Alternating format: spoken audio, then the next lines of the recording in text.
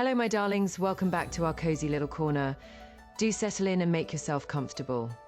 Today, we are pouring the tea on a story that is the absolute definition of a glow-up. We've all read those frustrating tales where a woman is pitted against her sister, fighting tooth and nail for the affections of a thoroughly mediocre man. Our heroine today, Xiao, actually lived that nightmare. In her past life, she was drugged, forced into her brother-in-law's bed, had her baby stolen by her legitimate sister, and died a tragic, discarded pawn. But upon her rebirth, she wakes up exactly as the trap is snapping shut. Does she panic? Absolutely not. She decides that if she's going to be thrown to the wolves, she says coming back, leading the pack. Let me walk you through the three most delicious applause-worthy masterstrokes of this brilliant tale of survival. The moment I opened my eyes, I felt my body drained of strength, being half dragged and half pulled toward a dimly lit side room. A strange, sweet fragrance lingered at my nose, jolting my originally muddled mind awake. I had been reborn. I bit down hard on the tip of my tongue, the rusty taste of blood stimulating my nerves. Taking advantage of this brief moment of clarity, I grabbed the maid's wrist tightly with my other hand and hoarsely demanded, "I've treated you like my own sister.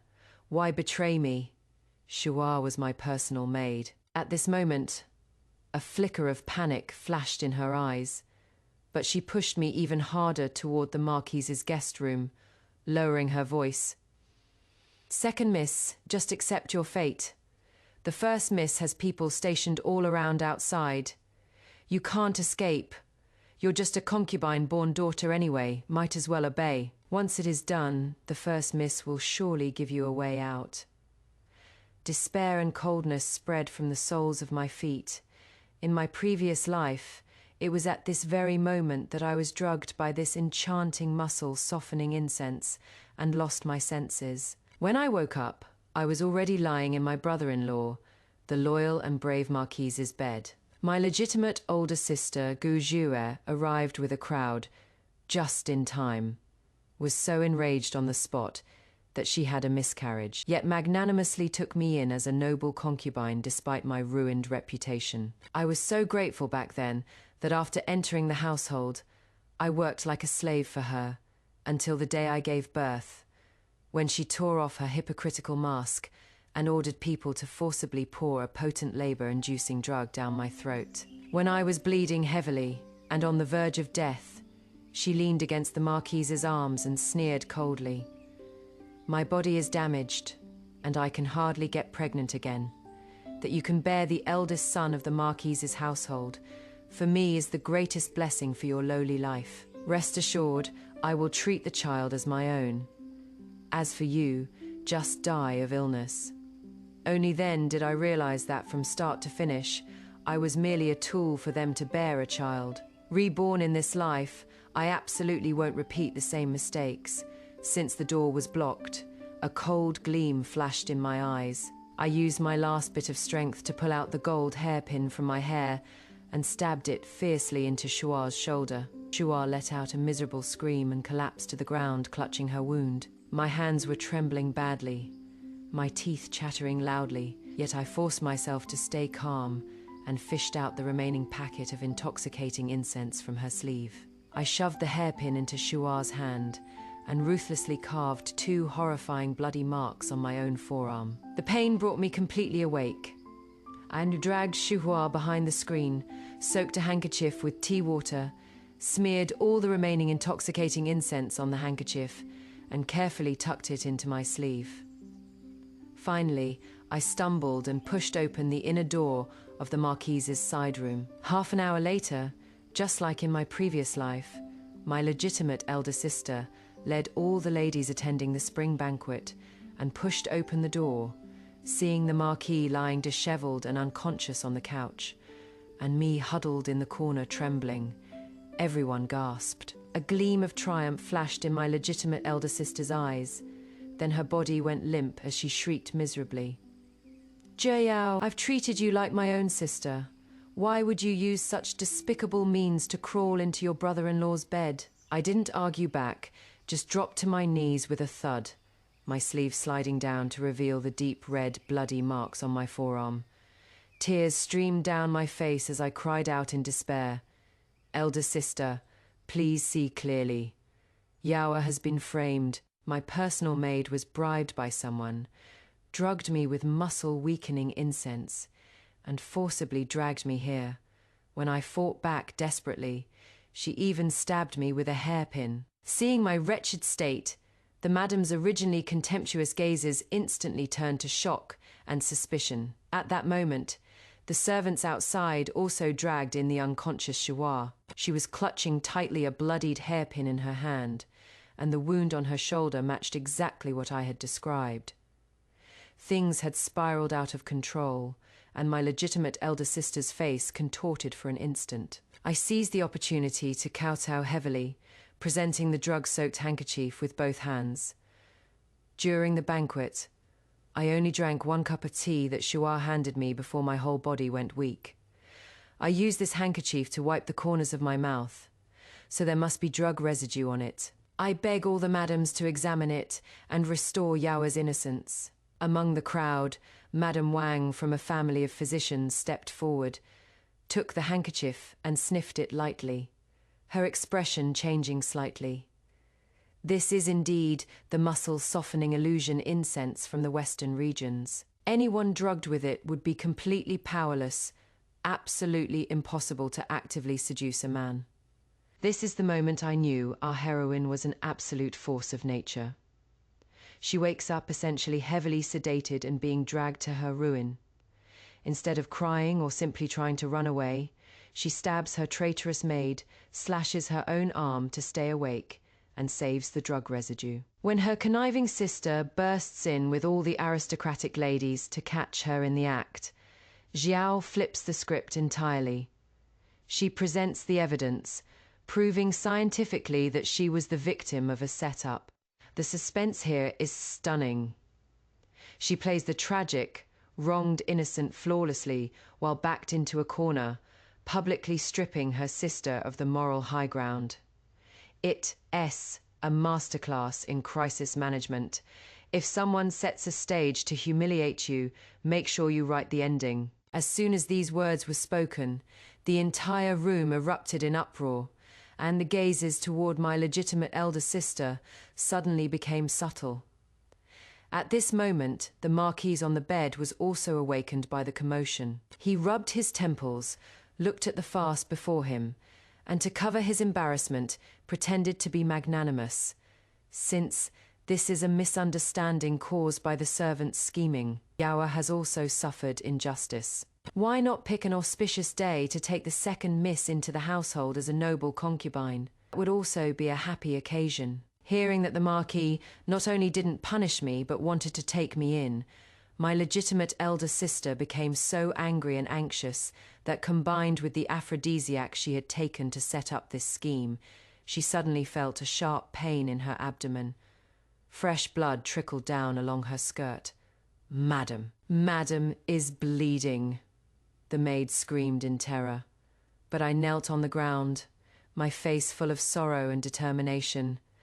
Although today's events were not Yao's intention, my elder sister suffered a shock and miscarried because of me. Yao's sins are grave.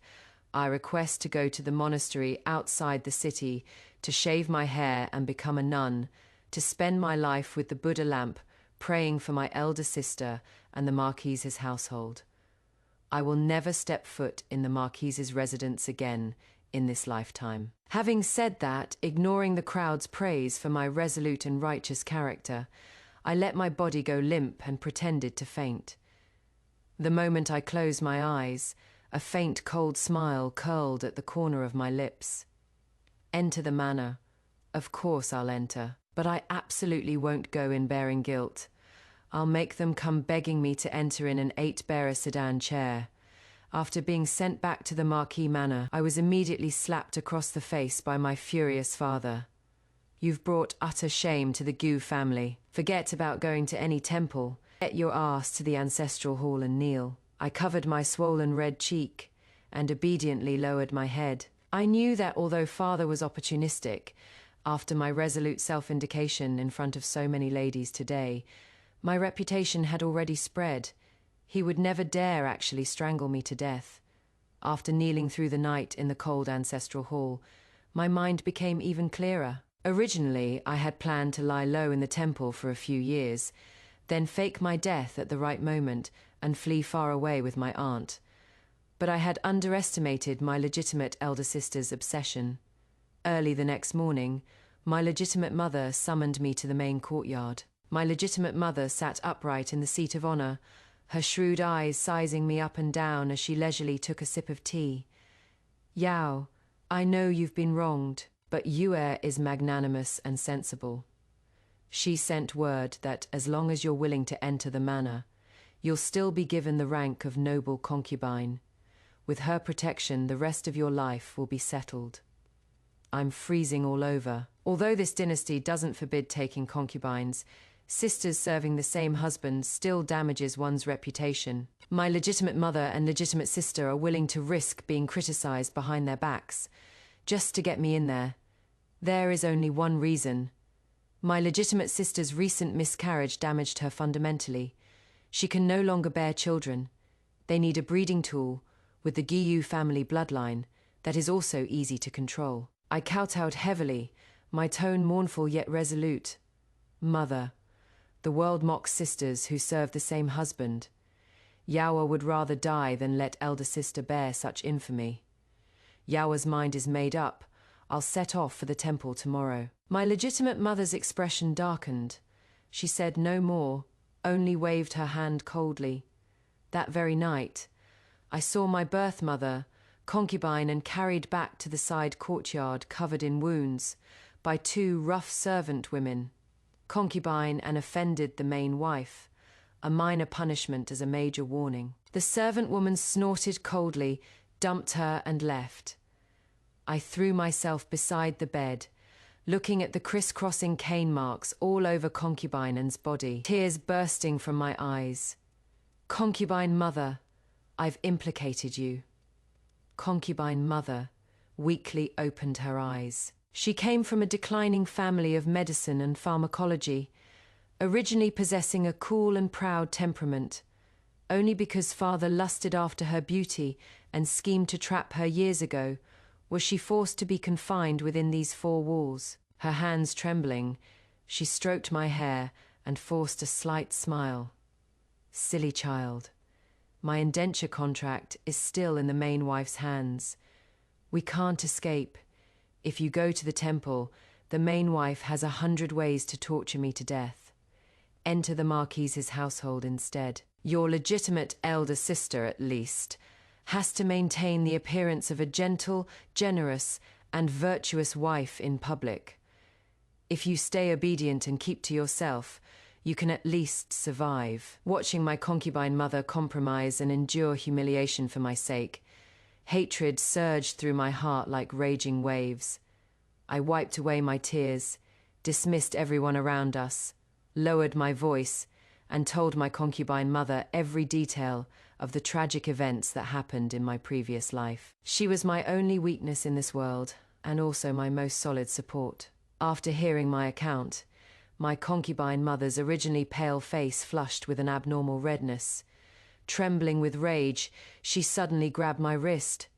"This is too much. How dare they butcher you like livestock?" My concubine mother closed her eyes and took several deep breaths. When she opened them again, those eyes that always showed gentleness now churned with a ruthlessness I had never seen before. "Since there is no way to retreat, then we'll advance against the difficulties." My concubine mother's voice was as light as a breeze, yet every word struck at the heart. That young Chengzong from the Marquis's household, when he sought to marry Goujier back then, he made a vow of one life, one lifetime, one pair of lovers. But if he were truly so devoted, how could he have tacitly permitted yesterday's scheme? Men's devotion is mostly a performance for the world to see. Aunt let out a cold laugh.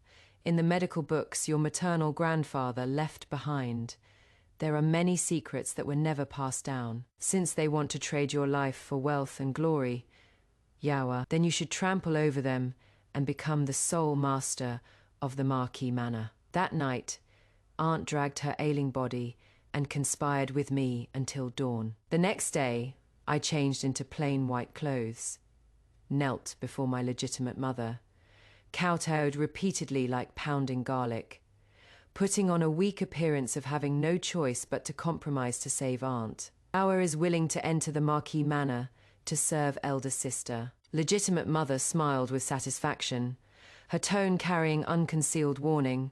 That is right. Remember, you have only one task upon entering the manor: to bear descendants for your elder sister. As long as you stay in line, your aunt will be well taken care of at home. I lowered my eyes, concealing the murderous intent beneath, and timidly responded, yes. 3 days later, I sat in a pink sedan chair, carried in through the side gate, and became a concubine of the loyal and brave Marquis Manor. On the first night after entering the manor, the Marquis indeed came to my courtyard. In my previous life, I feared my legitimate sister's Wei Yin, and on the wedding night didn't even dare to raise my head, sitting stiffly through the entire night.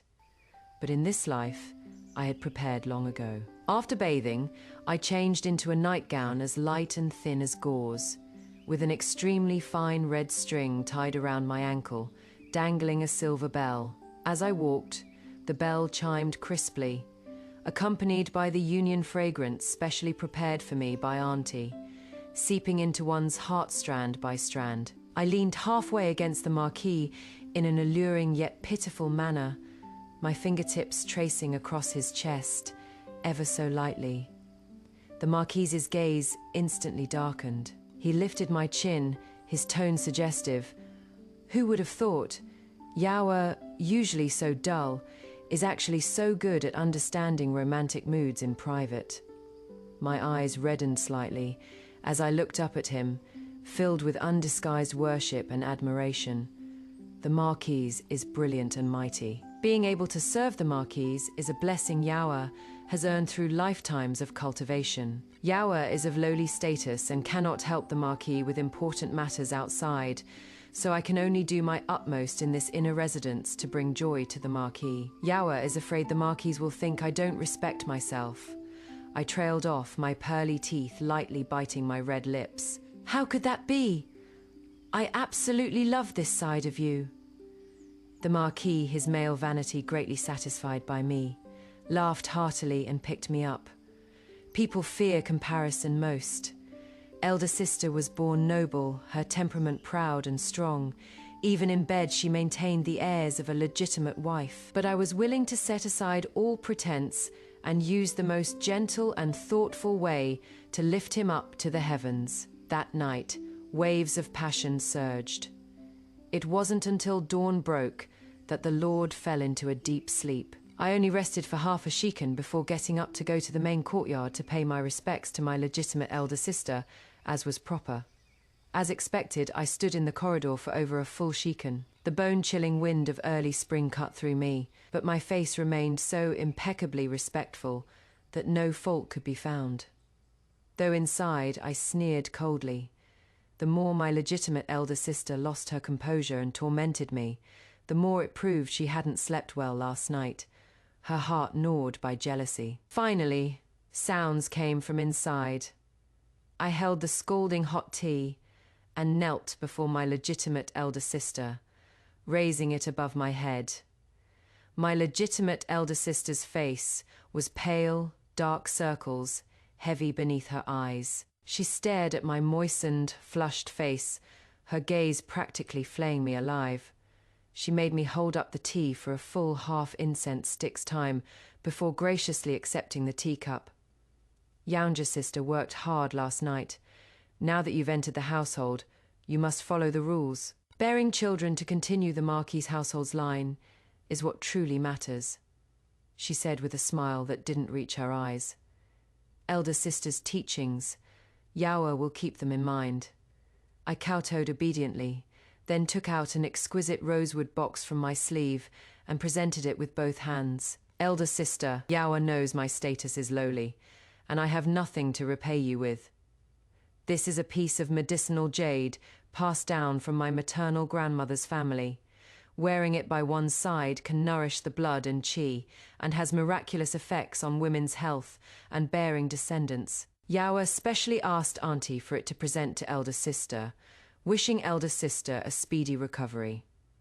Upon hearing the 4 words, bearing descendants, my legitimate elder sister's eyes lit up sharply. She couldn't wait to have her maid take the wooden box and open it. Inside the box lay a jade pendant that was entirely emerald green and warm to the touch, emanating an extremely faint and elegant medicinal fragrance.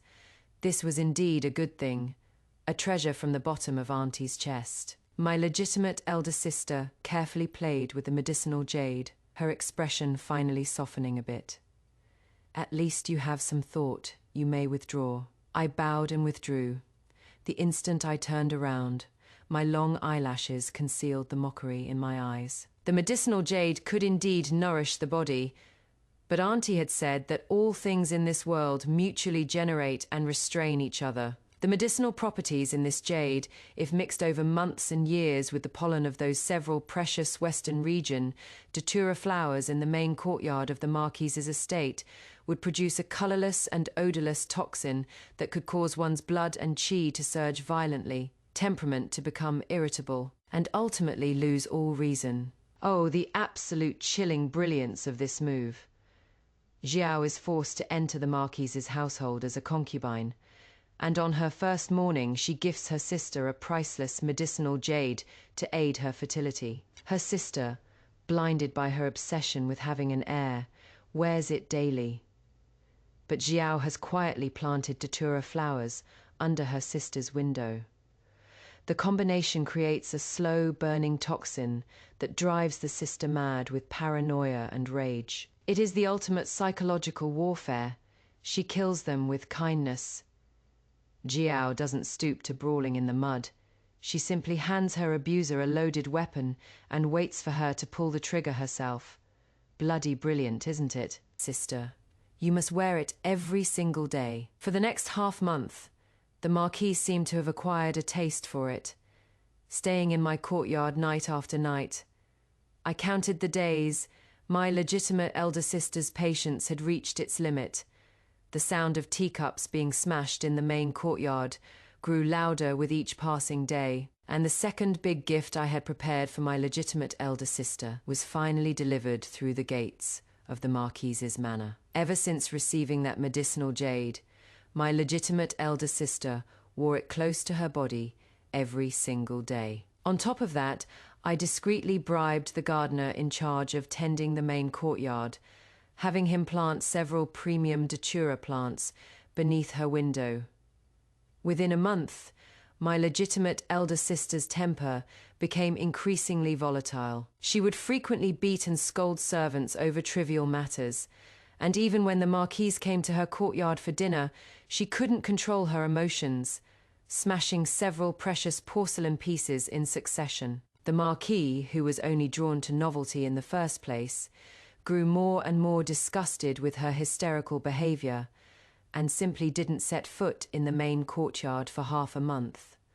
My legitimate elder sister finally fell ill from anxiety and rage, becoming bedridden. Taking advantage of her convalescence, the Marquis, wanting to save himself trouble, made a sweeping decision to temporarily hand over the household authority and stewardship tokens of the manor to me.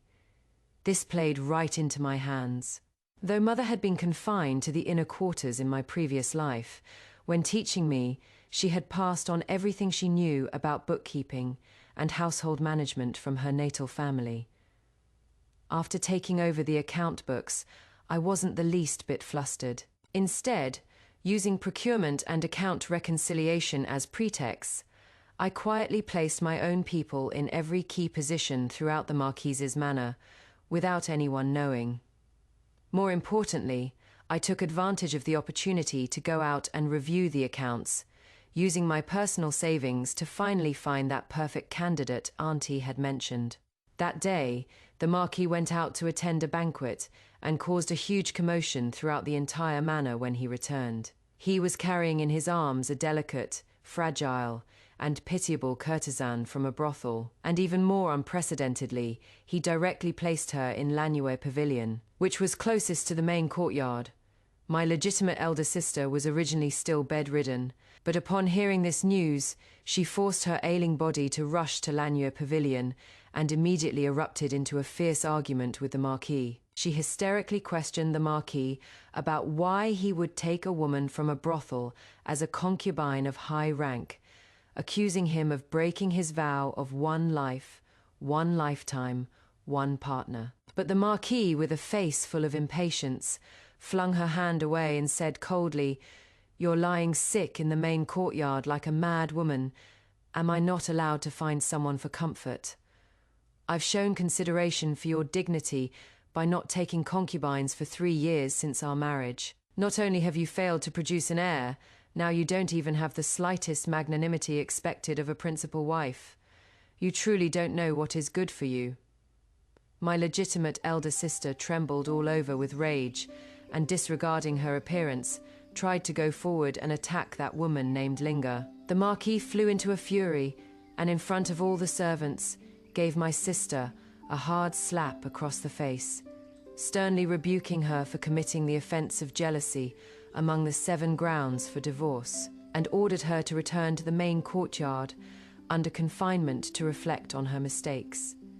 My legitimate elder sister came aggressively, but in the end was carried back by the servants with her face red and swollen, looking disheveled and hollow-eyed. Hearing the news brought back by the maid planted outside the courtyard, I was leisurely trimming a pot of precious roses and couldn't help but reveal a faint smile. This woman named Linga was naturally someone I had aunt seek out using her old connections. Her greatest asset isn't her beauty, but those eyes and brows that bear a 70% resemblance to the Marquis's early deceased, white moonlight, elder sister. Oh, elder sister, what you think is deep affection is nothing but a reflection in the mirror, a moon in the water. The good show has only just begun. After Linga entered the manor, she could be said to have monopolized all favor and affection. The Marquis even broke the rule of having to stay in the main courtyard on the 1st and 15th of each month. For an entire month, he stayed at Lanniware Pavilion every single night. In the main courtyard, elder sister smashed countless porcelain pieces. The fire of her medicinal jade, mixed with the venomous snake of jealousy, gnawing away her rationality completely. 2 months later, elder sister forcibly suppressed her illness with strong medicine, reclaimed the household management authority, and ordered Linga and me to come to the main courtyard together to pay respects, attempting to establish her authority. Inside the main hall, elder sister sat upright in the seat of honor, staring at us with sinister eyes. During these days while I've been ill, the rules of the Marquis Manor have truly become lax. Since you're concubines, you should know your place. I immediately knelt down obediently, performing cowardice and timidity to perfection, repeatedly saying I wouldn't dare. Linga at the side, however, only performed a perfunctory curtsy, giggling as she smoothed her hair bun. Madam's lesson is correct. What a pity that last night the Marquis clung to this concubine until dawn. I'm truly exhausted. I'm afraid I can't stand steady to follow the rules. If Madam can't stand the sight of me, you're welcome to ask the Marquis to divorce me when you see him. Insolent. How dare you disrespect the main wife? Someone come, slap her mouth. The nanny beside my legitimate sister received the signal and immediately stepped forward to restrain Linga. Linga showed no fear whatsoever, sneering coldly. I'm the one the Marquis treasures most. If you lay a finger on me today, tomorrow, I'll have the Marquis sell you all off. At these words, those servants actually stopped their hands in apprehension. After all, in this Marquis's manor, the Marquis's favor was the true immunity from death. The madam couldn't even see the Marquis's face now.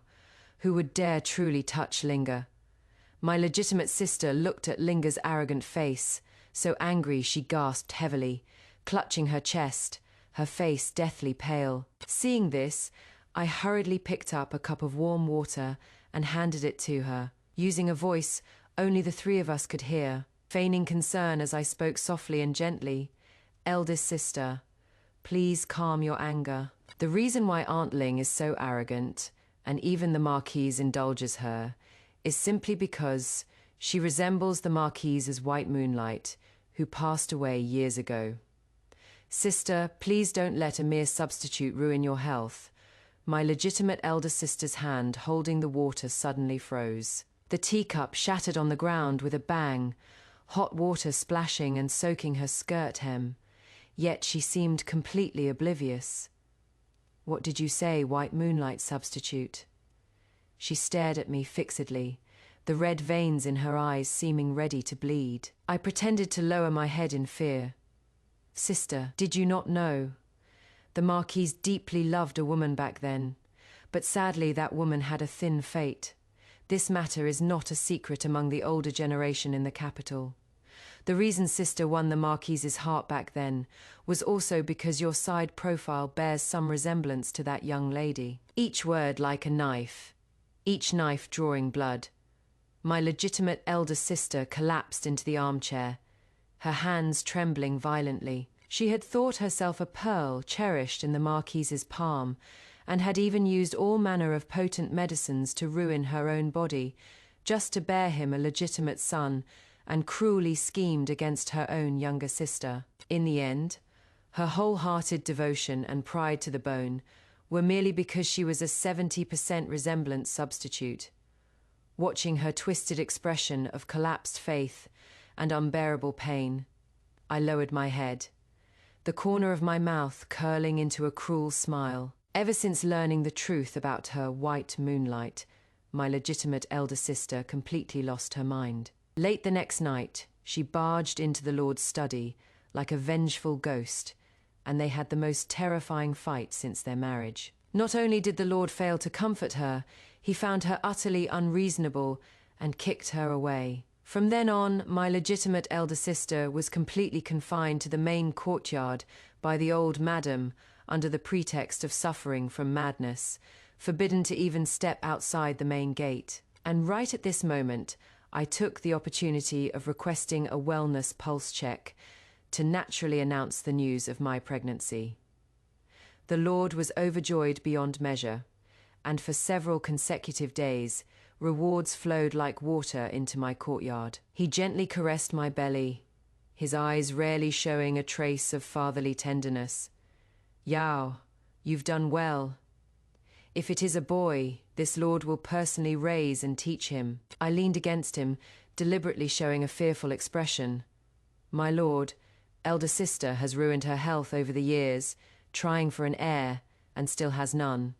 As a concubine-born younger sister, if I bear a concubine-born eldest son before elder sister, it may invite criticism. How about asking my lord to grant Xiao an abortion medicine, and wait until elder sister gives birth to the legitimate eldest son, then Xiao can conceive again. It won't be too late. What kind of mother is she? A flash of extreme disgust and cruelty crossed the Lord's eyes. Lady Gu has a perverse temperament and cannot bear children. You need not worry about her. Carry this child to term with peace of mind. Hearing the Marquise's cold and heartless words, a chill rose from the bottom of my heart, and I felt even more sorry for my legitimate elder sister. This man's callousness was simply carved into his bones. Even better, within a few days. Good news also came from Linga's side. 2 concubines of the Marquise's manor were pregnant at the same time, and the old madam was so delighted that she distributed congee outside the city for 3 days. At the same time, with my instigation, rumors about the Marquise's wife being jealous, infertile, and like a madwoman spread throughout the entire capital's circle of noble ladies. My legitimate elder sister's reputation was completely ruined. When my legitimate mother heard the news, she rushed over in a hurry, trying to mediate. Under my legitimate mother's scolding and pleading, my legitimate elder sister seemed to be pushed to the edge of a cliff. She actually acted out of character, taking the initiative to humble herself and beg the Marquis for forgiveness, and even personally selected several chambermaid concubines to send to his study. For the sake of the Guiou family's honor, the Marquis reluctantly went to the main courtyard for a few nights. However, just as my legitimate elder sister caught her breath, disaster struck without warning. Half a month later, Linga happened to run into my legitimate elder sister in the garden of the main courtyard. The two had only exchanged a few words when Linga let out a scream and tumbled down several steps. By the time I arrived, Linga's skirt was stained with blood as she groaned in pain, clutching her belly, while my legitimate elder sister stood on the steps, face deathly pale, unable to defend herself. When the Lord arrived, he saw exactly this scene. He completely lost his reason, rushed forward, and slapped the legitimate elder sister hard, knocking her to the ground. "Venomous woman, if you can't bear children yourself, must you kill mine?" The legitimate elder sister fell onto the stone pavement, her forehead bleeding from the impact. She pointed at Linga, crying out desperately. "I didn't push her, she fell down herself.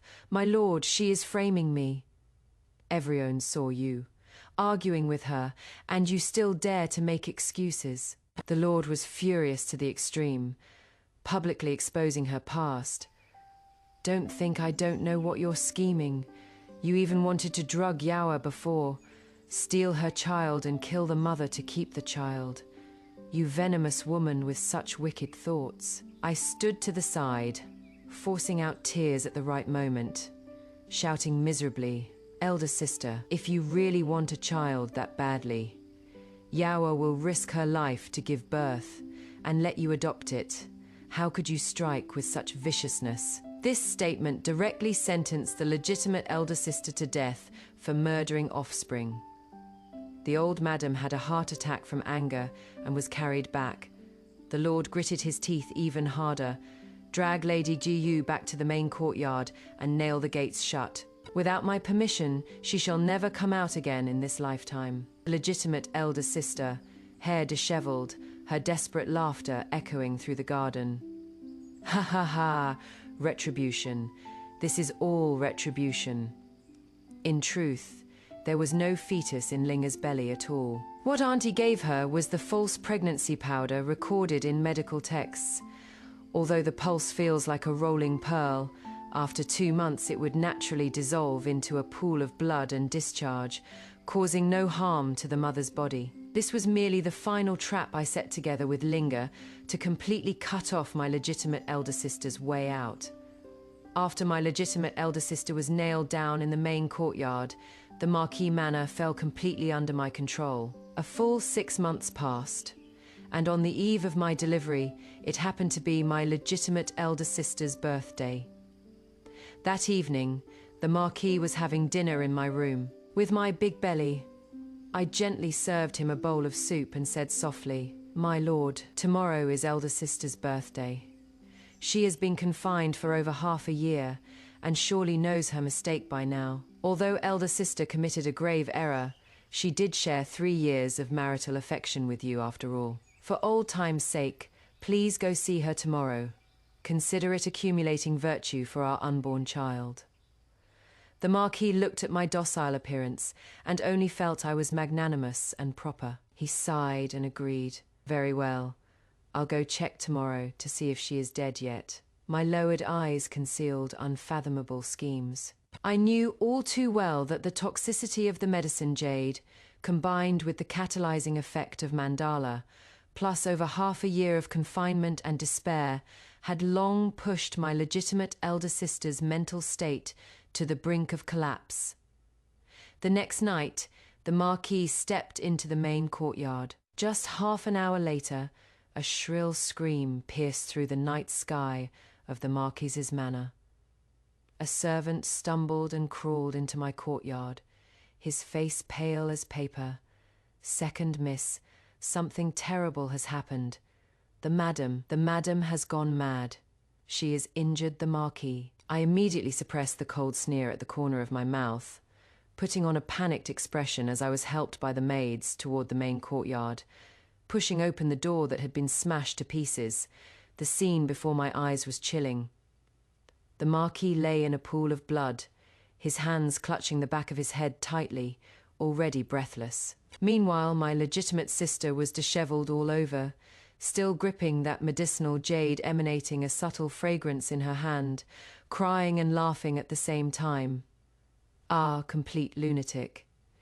As it turned out, the two had gotten into an argument in the room. The Marquis had ruthlessly mocked my legitimate sister in his words for being a failed substitute, which became the last straw that broke her. Under the catalytic effect of the medicinal jade's toxicity, my legitimate sister's mania flared up, and she pounced on him like a madwoman, biting and scratching. The Marquis, already physically depleted from years of consuming virility drugs, slipped during the struggle, and his head struck hard against the sharp corner of the rosewood table, dying on the spot.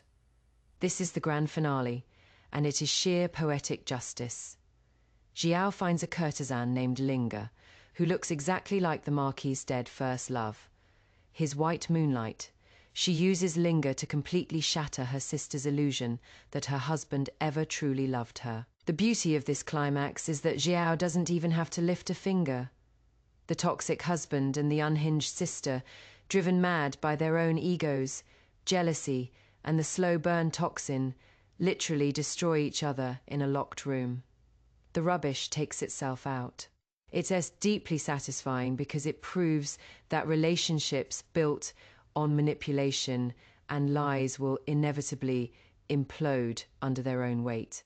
Upon learning of her only son's gruesome death, the old madam, already gravely ill, couldn't catch her breath, and also passed away that very night. In the blink of an eye during that short night, the Marquis's manor lost 2 masters in succession, shrouded in gloom and misery for a time. The Lord's cause of death was disgraceful. If death caused by mutual spousal violence got out, it would implicate the entire Marquis household and the Gu clan. In the end, for the sake of face, the Jiu family elders and the Marquis household elders announced publicly that the Lord had died from a sudden severe illness, while Lady Gu, overcome with grief, voluntarily requested to follow her husband in death. On that cold night when my legitimate elder sister was granted the white silk, I stepped into that dark, damp main courtyard with my pregnant belly. My legitimate elder sister slumped in the corner like a withered piece of wood. After half a year of torment, she had long since wasted away. Hearing footsteps, she raised her hollow eyes to look at me, her voice hoarse. "You came to watch me make a fool of myself." I walked before her, looking down at her from above. I brought no white silk, nor poisoned wine, only calmly opened my mouth. "Elder sister, the road to the yellow springs is cold. Little sister has come to give you clarity before you go." I looked at the jade pendant on her chest that had already become somewhat dull, and said lightly, "The medicinal jade that elder sister wears, combined with the premium datura outside elder sister's window, forms a slow poison that makes one's heart restless and lose all reason. Your sleepless nights and crazed fits these past 6 months were all thanks to it." My legitimate elder sister suddenly froze, staring with eyes wide in disbelief. I ignored her shock and continued to methodically shatter her last remaining world. And that Linga, I was the one who found her too. That fall she took with her fake pregnancy was naturally a deadly trap I arranged for sister. As for the truth about that white moonlight, I deliberately revealed it to you.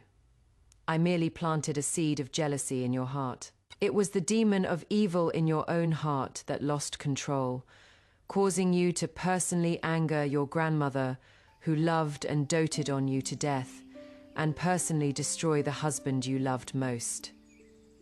You, my legitimate sister, pointed at me, her finger trembling violently, making strange gasping sounds in her throat. In my previous life, to consolidate your position as the legal wife, you tricked me into entering the household, forcibly cut my child from my womb, and after using me up completely, discarded me like a rag.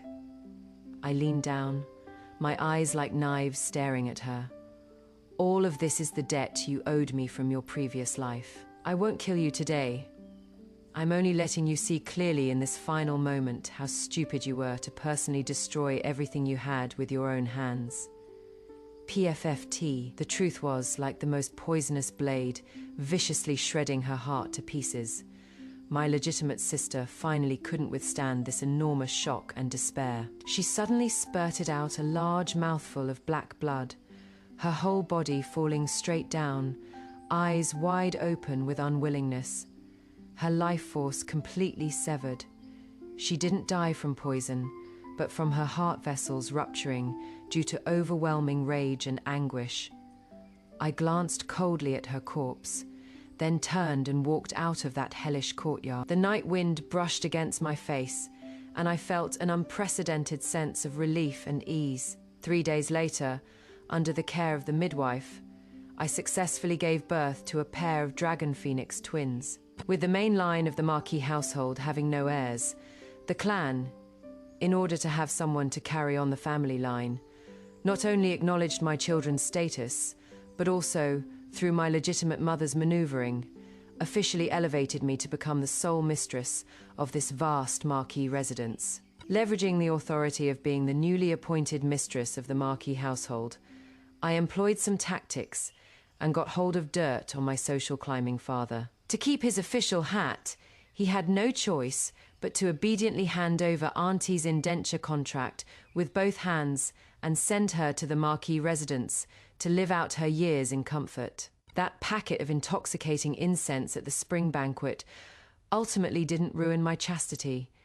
Instead, it became the first piece in my game of turning the tables against the wind. In this profound and lofty Marquis compound, without the hypocritical husband and without the vicious legitimate elder sister, Auntie and I, guarding this enormous estate and 2 healthy, adorable children, welcomed the lifetime of peace that truly belonged to me. In the depths of winter of the first year after I formally took control of the Marquis household, a heavy snow fell on the capital. It was also on this day that my scumbag father and legitimate mother, whom I hadn't seen in ages, shamelessly showed up at the gates of the Marquis residence. In my previous life, when my legitimate older sister cut open my belly to take my child, my scumbag father, for the sake of the GU family's reputation, tacitly allowed her to silence me, and my legitimate mother was even the mastermind who fanned the flames. In this life, taking advantage of the chaos when the Marquis's estate fell into disorder, I spent a fortune to bribe the key secretary by my father's side and obtained the fatal evidence of his embezzlement of the river construction funds. To keep his official position and his life, he not only had to hold his nose and present my mother's indenture contract with both hands, but also swallowed his anger and sent over a large batch of apology gifts. Now that they've come to my door, it is naturally not to catch up on old times, but because my good-for-nothing legitimate brother, legitimate mother's precious treasure, has racked up massive gambling debts at the gambling den, and even mortgaged the Xiao family's ancestral home. With no way out, they remembered me, the current matriarch of the loyal and brave Marquis's estate, who is making waves in the capital. I'm in the warm pavilion poking at the silver-boned charcoal, not even feeling like getting up to greet them. Scumbag father and legitimate mother were left waiting in the side hall for a full half-hour before being led in by the matron. As soon as legitimate mother entered, the embarrassment and flattery on her face were practically overflowing. Where was even half the superiority she had when she forced me to become a concubine back then? Xiao, in this freezing cold weather, it must be hard for you taking care of 2 children all by yourself. Mother specially brought your brother's regards to see you. Legitimate mother forced out a smile, trying to play the family card. Scumbag dad also cleared his throat, putting on his fatherly airs. Xiao, the Gu family has hit hard times now. Your brother was confused for a moment. You're now in charge of the Marquis Manor's power. You have money to spare. So first take out 50,000 taels of silver to fill the hole for your brother. I blew on the tea leaves floating in my cup, didn't even give them a proper look. Just smiled carelessly. Father, what you're saying is laughable. A married woman follows her husband. Now I'm the mistress of the Marquis Manor. Every single penny in this manor is the family fortune for my son and daughter. How could I take it to fill the Goosey family's bottomless pit? Legitimate mother's expression changed, couldn't help but raise her voice. Xiao, don't forget your surname is Xiao. Your eldest sister lost her life for the Marquis Manor. Our Xiao family threw in 2 daughters. Now that you've made it big, are you going to stand by and watch us die? Aren't you afraid outsiders will point fingers at you for being disobedient and unfilial? Disobedient and unfilial? I slammed the teacup down on the table with a bang, my sharp gaze piercing straight at legitimate mother. Back then, when you forced me to become a concubine, didn't you say, as long as you behave yourself, the Xiao family will naturally recognize you as a daughter? What, now that I'm the legitimate mistress, I suddenly don't count as part of the Xiao family anymore? I slowly stood up, looking down at them from above. How eldest sister died, in your hearts. As for brother's gambling debts, if father really has no way, I actually have an idea. Scumbag dad's eyes lit up. What idea? That Lord Lee from the Court of Judicial Review. I heard he is looking for a new wife. Though Lord Lee is 2 years older than father and has some special hobby of beating his wives and concubines, the betrothal gifts he is offering are extremely high, a full 30,000 taels. Doesn't the Xiao family still have 2 concubine-born younger sisters? Just pick one to marry over. Wouldn't that fill most of the hole? I used the gentlest tone to say the cruelest methods they had once used on me. You unfilial daughter, you want them to become replacement wives for someone, and in such a hellhole, have you no sense of propriety? The scumbag father trembled with rage, pointing at my nose and cursing loudly. I let out a cold laugh and turned to look at the matron beside me. Summon, escort Lord Gu and Madame Gu out. Just tell them that the Marquis household has only a widowed mother and orphaned child, and truly has no ability to help poor relatives. From now on, unless it is a festival or holiday, there is no need to let them in either. Watching the scumbag father and legitimate mother being forcibly dragged out by the burly servants, like 2 homeless dogs, the foul air that had lingered in my heart for 2 lifetimes was finally completely swallowed down. Half a month later, I heard that the Xiao family had sold off all their property and land to barely save my brother's hands and feet. Because of this incident, my scumbag father was impeached by the censorate for corrupting family values, demoted and banished to a remote, bitter, cold region. His legitimate wife followed him there and suffered for half her life, never able to set foot in the capital again until her death. After settling my natal family's affairs, I met someone in the back courtyard, Linga. She had long since shed that pitiful white moonlight substitute appearance from before, and changed into a neat teal-coloured casual outfit. What impressive methods you have, Lady Marquis. Linga looked at me, her eyes no longer holding their previous arrogance, but instead containing a trace of awe. When you first approached me, promising that if I helped you bring down Gujeya, you would not only redeem me from the brothel, but also grant me prosperity for the rest of my life, I initially thought you were just a pitiful creature fighting for favour in the inner quarters. I never expected you would calculate even the Marquis into your schemes. I pulled a heavy box from my sleeve and pushed it in front of her. Here is 10,000 taels in banknotes, the deed to a secluded estate in Jiangnan, and a clean commoner registration permit. I've already had someone destroy your indenture contract. Linga froze slightly, opened the box, and her eyes instantly reddened. For a brothel woman, what she desires most isn't gold or silver, but a clean commoner status. I don't owe you anything, and you've helped me greatly too. I picked up my tea, my tone calm. You performed that false pregnancy act extremely well, which made the Marquis completely disgusted with Gujeya. This is what you deserve. With these, you won't need to depend on any man anymore.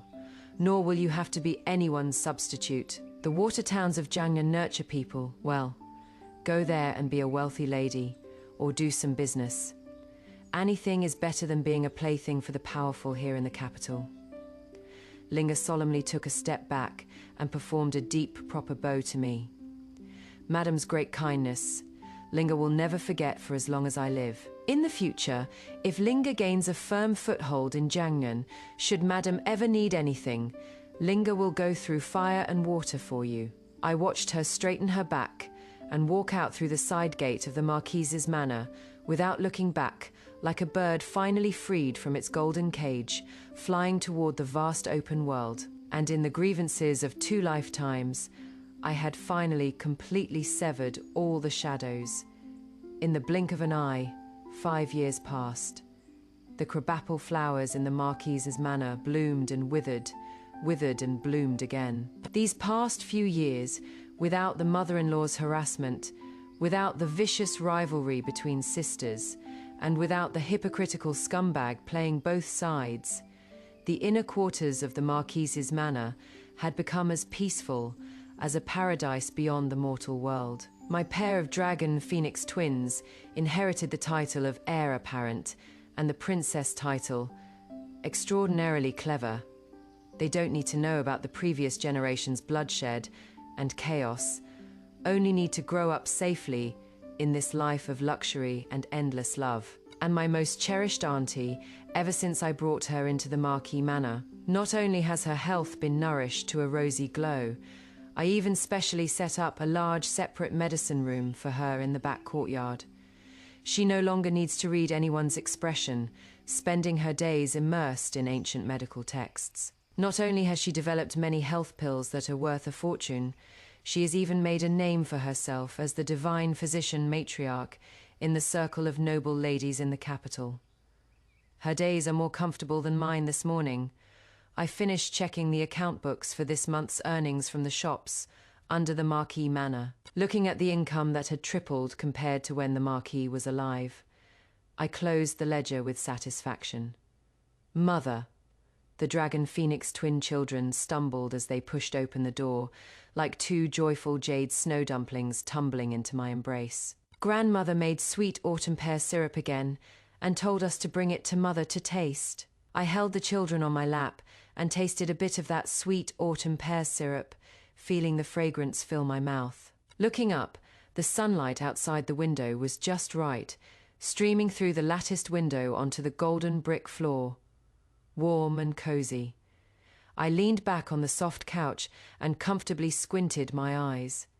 It was only after dying once that I understood. Trusting your own fate and emotions to a man is the stupidest thing in this world. Money in hand, both son and daughter, absolute power, and no one to control me.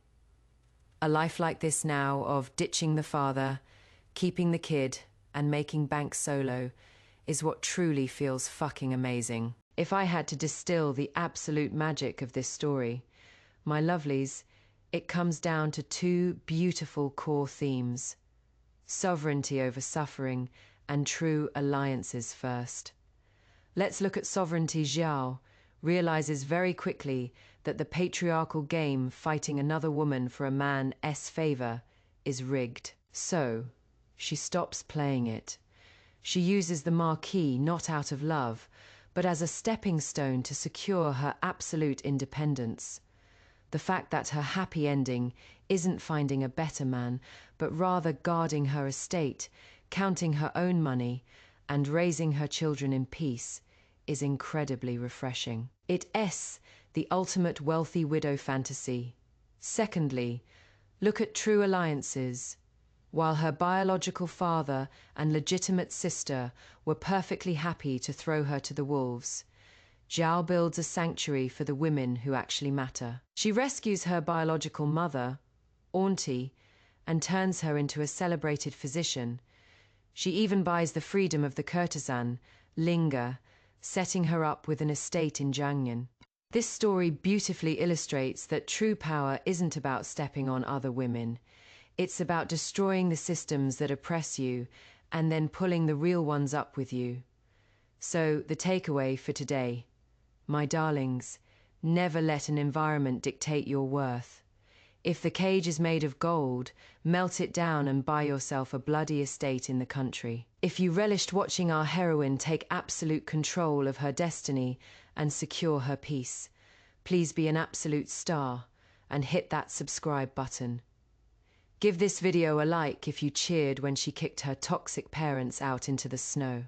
And what is this scene? Love to hear from you in the comments.